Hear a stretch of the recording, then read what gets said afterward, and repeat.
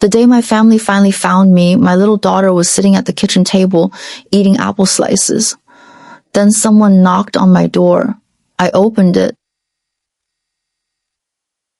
and my younger brother, Ethan, was standing there. He looked at me for a few seconds without saying a word. Then he looked over my shoulder at my daughter. His face suddenly went pale. He pulled out his phone and whispered, "Mom, she has a child."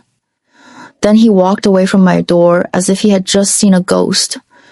What he didn't know was that I had spent 4 years building a life my family had told everyone I had abandoned. They called me missing. They said I had disappeared. They told people I had stopped caring about my family. But there was one thing they never told anyone. I stopped sending them money. And that was the real reason they stopped looking for me. My name is Maya. And 4 years earlier, I had reached the point where I could no longer keep pretending everything was normal. I was working long hospital shifts as a nurse, sometimes 12 hours, sometimes longer. I came home exhausted, but I still answered every family phone call. Because whenever my mother, Helen, called, it usually meant someone needed money, a bill, a repair, a debt, an emergency. There was always something. I had become the person my family depended on financially, and at first, I didn't mind. I thought helping your family was what love looked like. Then, 10 years earlier, I graduated from nursing school. I was the first person in my family to earn a college degree. My mother organized a small celebration at home. There was cake on the table, relatives in the kitchen, and my diploma standing proudly beside the flowers. For those few hours, I felt like the most important person in the family. Then everyone finished eating. My mother quietly placed a small envelope in front of me. I smiled. I thought it was a graduation gift. It wasn't. She looked at me and said, "You made it out, Maya. Now you can help us." Inside the envelope was a list of bills. Not a gift. Not congratulations. A list. My mother needed me to start paying. I remember looking around that table. My father stared at his coffee. My brother suddenly became very interested in his phone.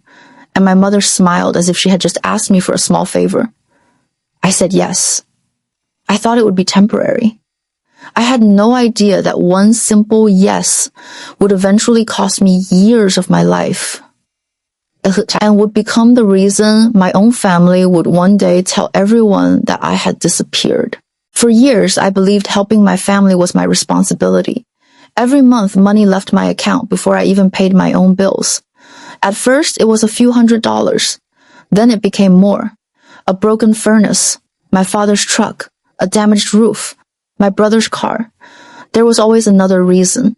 And every time my mother, Helen, called, I heard the same words. Just this once, Maya. But just this once never ended. Soon, I was working extra shifts at the hospital just to keep up. My coworkers thought I was saving for a house. They were wrong. I was saving my family.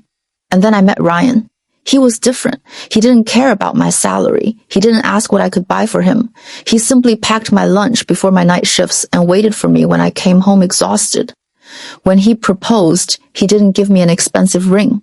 He gave me a small brass key. It was the key to a little house he wanted us to make into our home. I said yes. Then I took him to meet my family. My mother barely asked about him. Instead, she asked what he earned. Did his job have benefits? Who paid his insurance? And later that night, my phone lit up, a message from Helen. He seems stable. Could you send a little extra this month? Don't mention it to your father.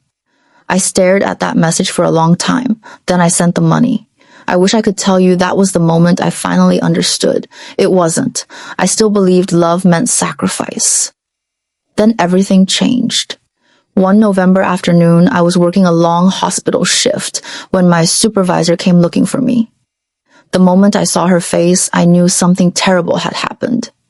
Ryan had been working at a construction site. There had been an accident. He was gone. Just like that. The man who packed my lunches, the man who gave me that brass key, the man who was supposed to build a future with me, was suddenly part of my past. I barely remember the funeral. I remember his empty closet. I remember holding one of his shirts. And I remember my phone buzzing. It was Helen. Her message said, "I'm sorry you're going through this. Will this month's payment be late?" I read it again and again. I couldn't believe it. But I still sent the money. Then, 2 weeks later, I collapsed at work. My friend rushed me to a pharmacy. A few minutes later, I stared at a pregnancy test. 2 pink lines. I was pregnant. Ryan was gone. My family didn't know.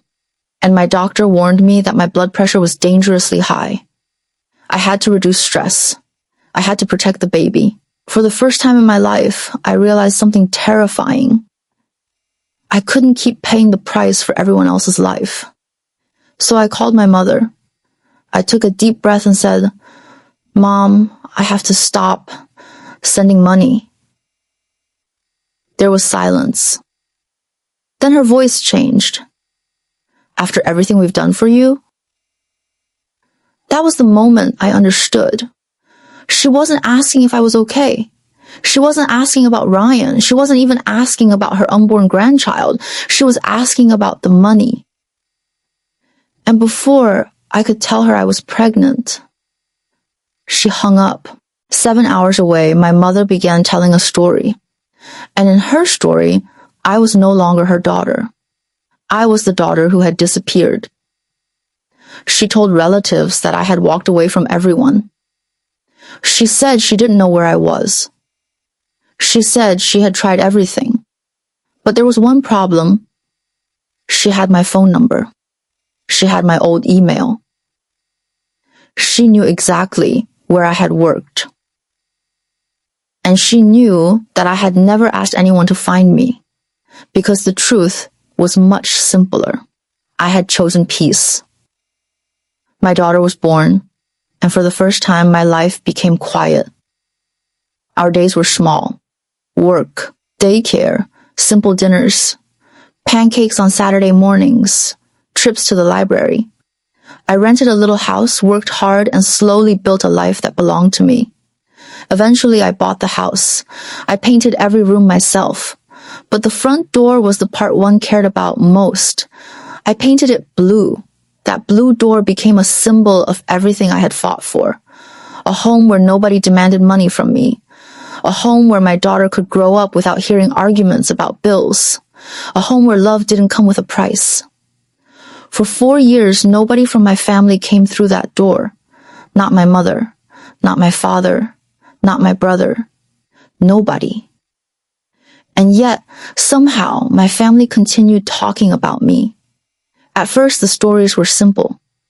Maya was upset. Maya needed time. Maya had moved away. Then the stories became darker. Someone suggested I had gotten involved with the wrong people. Someone else whispered that maybe I was being controlled by someone. My mother never clearly confirmed anything, but she never completely denied it either. She simply looked sad. And people believed her. Why wouldn't they? She was the mother. I was the daughter who wasn't there. Every family gathering gave her another opportunity to repeat the same story. She became the woman who had supposedly lost her daughter, and I became the person nobody could ask, because I wasn't there to defend myself. But there was one person who had never completely believed her. My grandmother, June. She was getting older. Then one spring, she became seriously ill with pneumonia. She was hospitalized twice. When she finally returned home, she was weaker than before, and something inside her had changed. Maybe getting that close to death made her tired of protecting people's feelings. Because one Sunday, during a family dinner, June finally looked at my mother and said, "Bring me Maya." Everyone became silent. My mother tried to change the subject. June didn't. She looked around the table and said, "I have spent 4 years hearing what happened to her. I want to hear it from her." Nobody touched their food. Then June added something that made my mother's face change. "If she won't come, give me a phone." My mother finally had no choice. For 4 years, she had controlled the story because I wasn't there. Now June wanted the missing piece. Me. A few days later, my brother Ethan was given an address. My address. the address of the blue door. He drove for hours without telling me he was coming. And on a quiet Tuesday morning, while my little daughter sat at the kitchen table eating apple slices, someone knocked.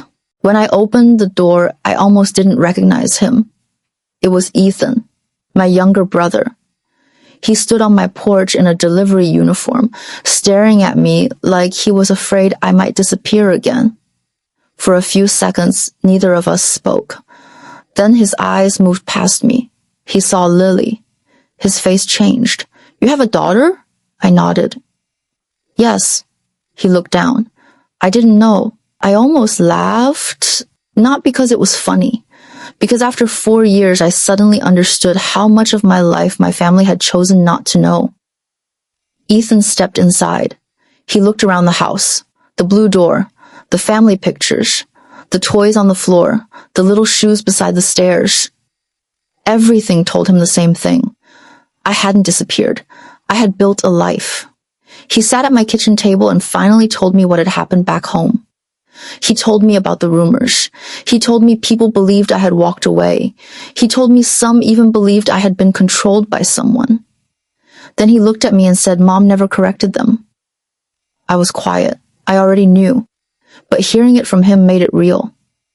Then Ethan pulled something from his pocket. A cream-colored envelope. My mother's handwriting was on the front. "Homecoming Sunday." My stomach tightened. What does she want? Ethan looked uncomfortable. "Grandma wants you there." I looked at Lily, then back at him. "Why?" "Because she wants to see you." That answer should have been enough. But I knew my mother. I knew what public family events meant to her. A room full of people, a carefully prepared story, a chance to control the ending. Ethan seemed to read my mind. She wants everyone to know you're coming back. I looked down at the invitation. For years, silence had protected me. But suddenly I realized something. My silence was also protecting their lie. One day, Lily would be old enough to ask questions. "What happened to your family? Why don't we see Grandma? Why did they say you disappeared?" I didn't want my daughter growing up believing her mother had something to be ashamed of. So I made a decision. I would go. But I wouldn't go alone. On Sunday, I walked into that church holding Lily's hand. The room went silent. People turned. Whispers stopped. My mother stood near the front. She looked shocked. For the first time in 4 years, she couldn't tell the story without me standing there to hear it. Then June saw Lily. Her eyes filled with tears. She reached out her hands. "Come here, sweetheart." Lily looked at me. I smiled. "It's okay." She walked toward June. My grandmother held her hand and began to cry. "This is my great-granddaughter," she whispered. Then everyone looked at me. I could have shouted. I could have accused my mother. Instead, I opened the folder I had carried with me. Inside were years of bank statements, bills, payments, receipts, proof. I placed them on the table. "I didn't disappear," I said. "I stopped paying." The room became completely silent. I looked at my mother. "For years I paid your bills because I thought that was love." My voice shook. "But when I needed my family, nobody asked if I was okay." My mother looked down. Nobody defended her. Nobody argued, because the documents were there. The truth didn't need to scream. It only needed to be seen. I took Lily's hand.